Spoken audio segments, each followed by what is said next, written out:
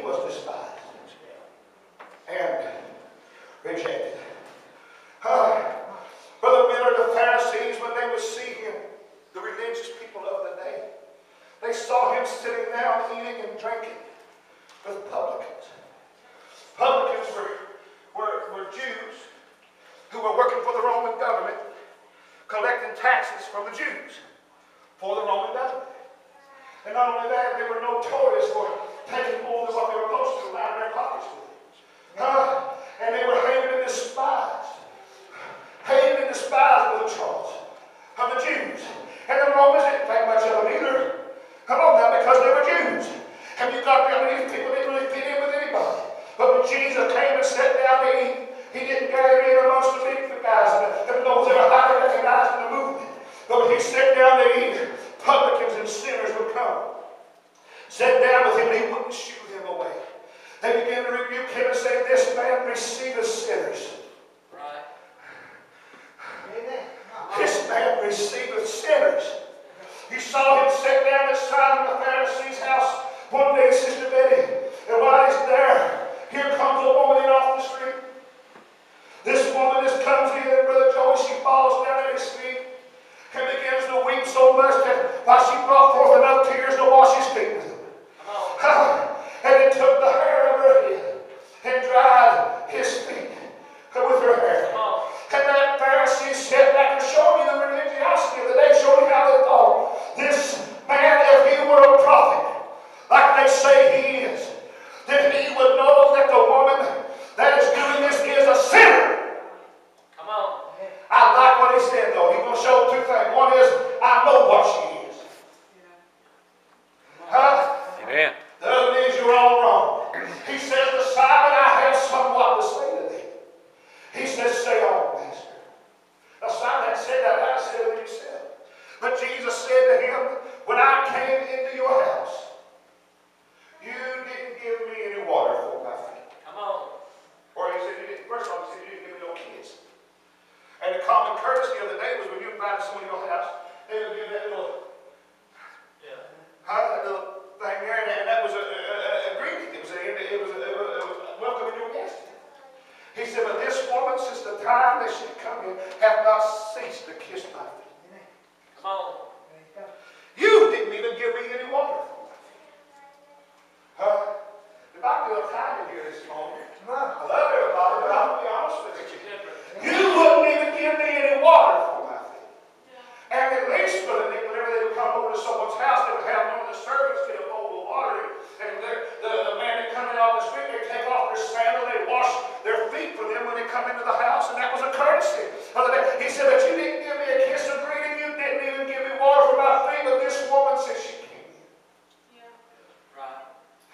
She's washing my feet with her tears. Yeah. Come on. And dried them with the hair of her head. The woman's hair, the Bible said it was given her for her glory to God. And she had long hair. And as it began to go on, I'm thinking about this, it's her glory. Now her glory to her was nothing more than just something to wipe the mud and dirt off of his feet. Just so unworthy. So humble. And the first thing he said to him was, and I missed it, but Brother Matt Roberts, he said to him, one man had a servant that owed him so much. Another man had one that owed him a little. And he frankly forgave them both. Now, which one do you think would love him more? He said, I suppose he that was most was forgiven. He didn't say that. I did. He told this man, he said, listen, I say unto you, her sins, though they be many, Come on. are forgiven. Yeah. Right, Brother Scott. Because she loved much. The Pharisee hadn't spoke out loud, but Jesus see in his heart. When you really get right down then to where he was, get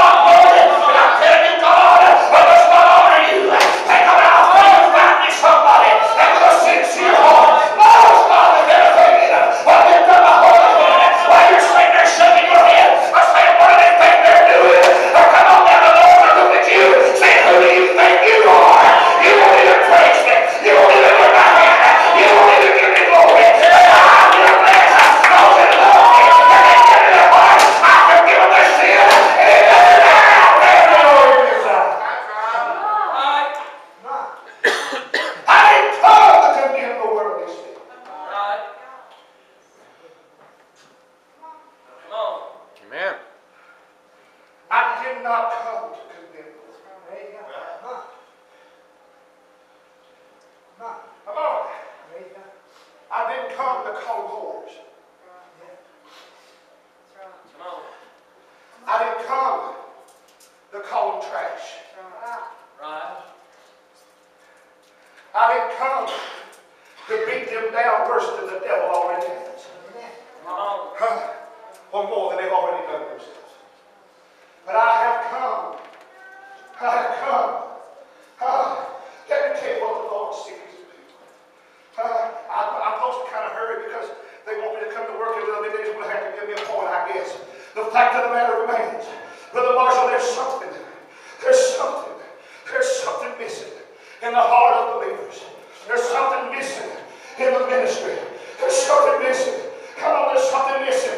And it's this message that Jesus Christ, the Son of God, came to preach. Listen now. Oh, yeah. He began to see man. I want to tell you what he's always seen in man. From the day that God created him, man has been the apple of God's eye. Come on now. This is the day that the Son of God formed him with his holy hands and breathed life into his nostrils, and man became a living soul. From the days of Eden, when he walked with him in the cool of the day, all the way to the time that man took the forbidden fruit and was expelled from the garden.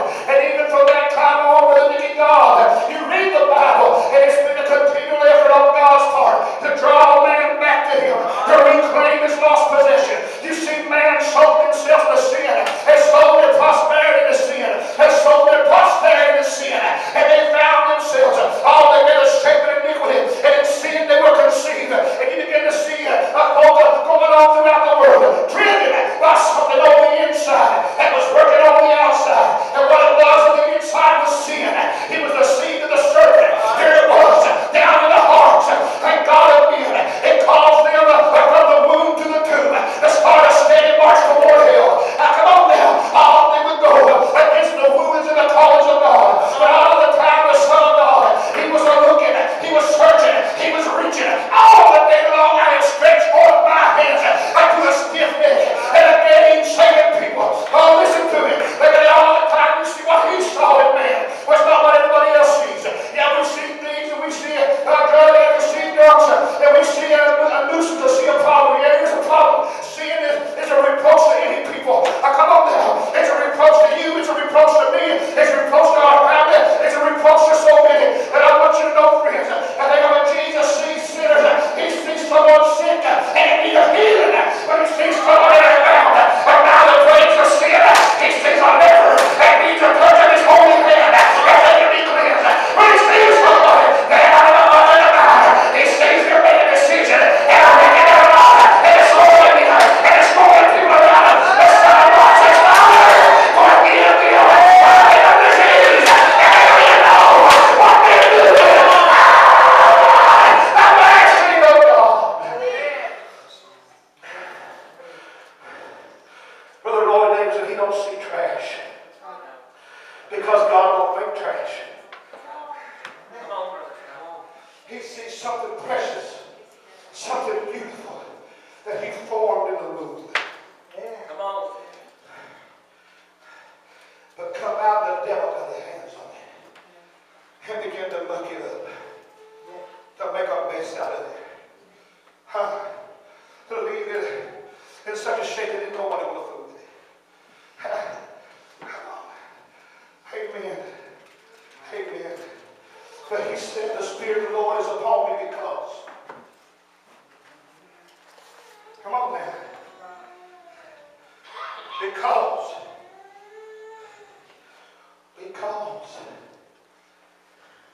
For this cause. For this purpose. The reason the anointing of God moved upon the saints of God. And we missed it, church. You may not be the one that's called to get up here and read this stuff and holler and spit and snort. Come on now, run around. I'll tell you what, you have been called. Right. Come on. To do what this man was sent to do.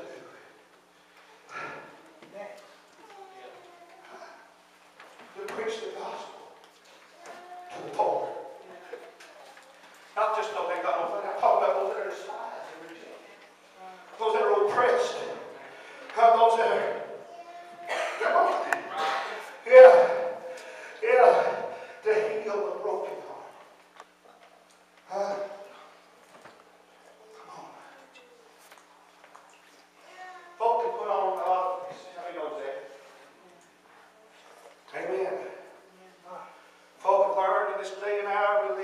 maybe all throughout history, they've learned how to put on their game things.